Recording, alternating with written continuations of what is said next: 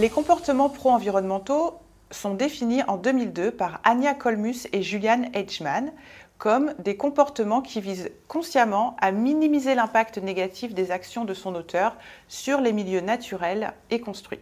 Historiquement, les comportements pro-environnementaux sont devenus plus visibles avec la prise de conscience croissante des problématiques environnementales dans les années 70, comme la pollution ou l'épuisement des ressources naturelles. Ces comportements se sont ensuite renforcés avec l'urgence climatique actuelle et les réseaux sociaux, qui permettent de diffuser largement les bonnes pratiques. En 2000, Paul Stern propose de classer ces comportements en 4 catégories, selon leur motivation sous-jacente. Ainsi, il distingue d'abord l'activisme environnemental, qui repose sur un engagement actif dans des organisations ou des manifestations. Ensuite, il identifie les comportements non activistes dans la sphère publique, comme la signature de pétitions ou le soutien à des politiques publiques environnementales. Il présente ensuite les comportements non activistes dans la sphère privée, comme les achats, l'utilisation ou l'élimination de biens avec un impact environnemental moindre.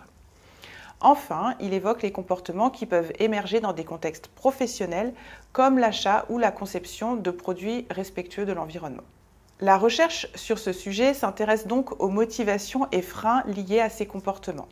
Elle explore comment des facteurs comme les valeurs personnelles, les normes sociales ou la perception de l'efficacité personnelle influencent l'adoption de gestes pro-environnementaux. Toujours selon Paul Stern, les l'altruisme ou la sensibilité écologique. Par ailleurs, des études analysent l'impact des campagnes de sensibilisation ou des incitations économiques sur les comportements individuels et collectifs. Ces travaux offrent des pistes pour concevoir des stratégies plus efficaces et adaptées aux divers contextes sociaux et culturels.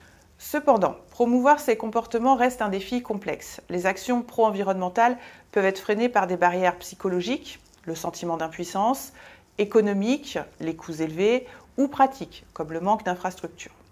Ainsi, les gouvernements, entreprises et associations doivent élaborer des stratégies efficaces pour encourager ces gestes, notamment en rendant les options écologiques plus accessibles, attractives et valorisées socialement.